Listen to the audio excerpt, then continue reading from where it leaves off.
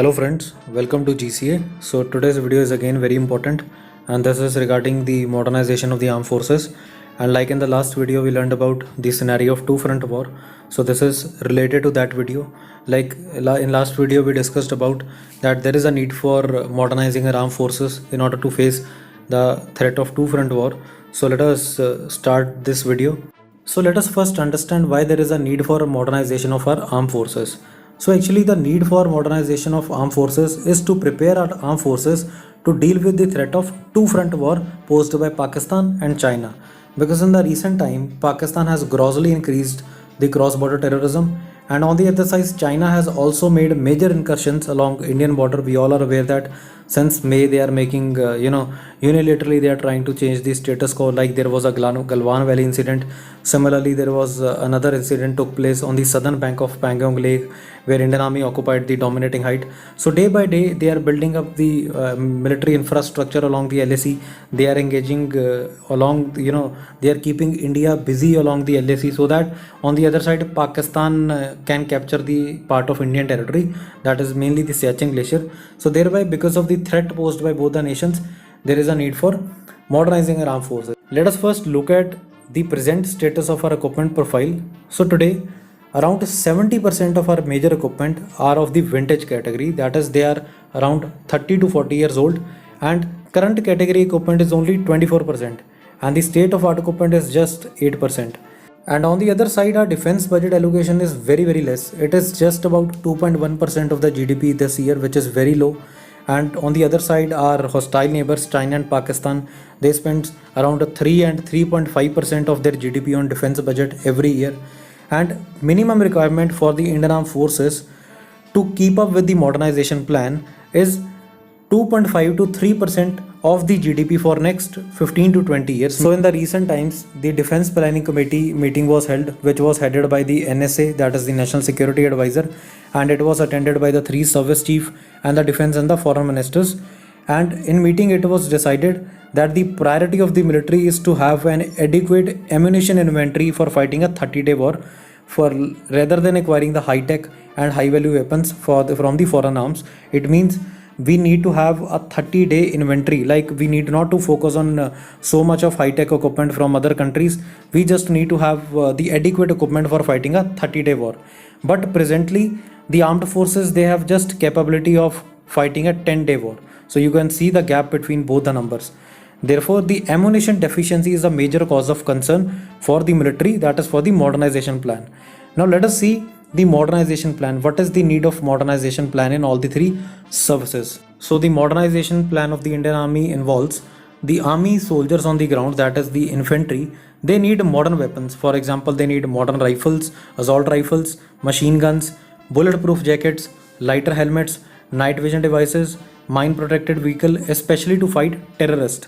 Then the artillery of India, it requires more howitzer and field guns to replace its obsolete equipment. For example, from last many years we are using 105 mm field gun and the FH Swedish built howitzer Bofors, which we used in the Kargil war.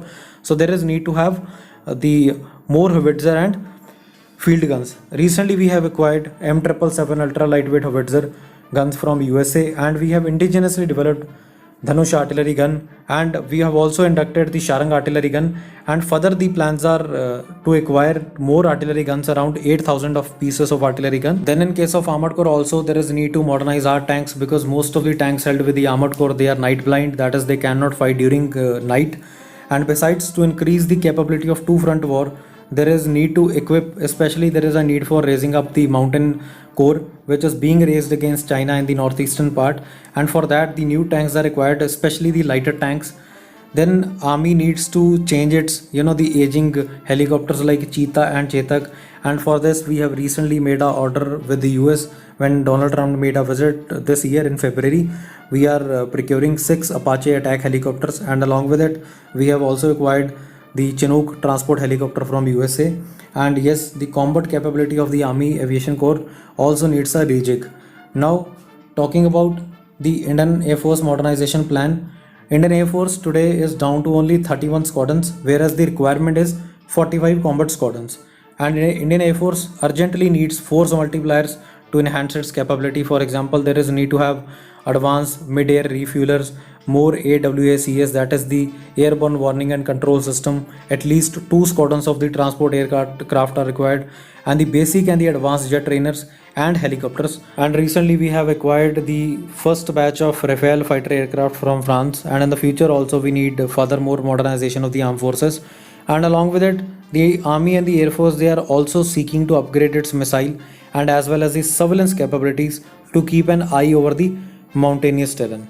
Now talking about the Indian Navy faces significant shortfall of ships and submarine as well as the modernization of the naval bases and facilities. So similarly, there are accidents on board the Kilo class submarine, and there is a slow progress of program to build the 6 Scorpio submarine has been a cause of concern for the Indian Navy. And considering the fact that Chinese Navy is increasing its influence in the Indian Ocean region, so the Indian Navy wants to take a more important role in modernization to ensure its dominance in the Indian Ocean and in the Indo-Pacific region by acquiring 200 ships by next 10 years from its present fleet of 145 ships.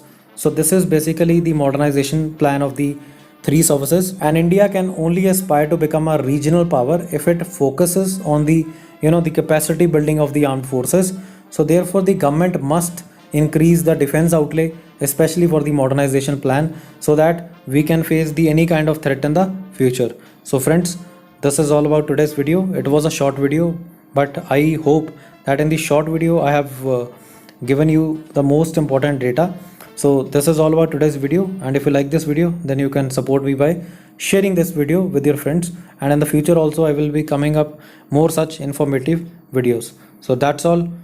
Thank you all and best of luck.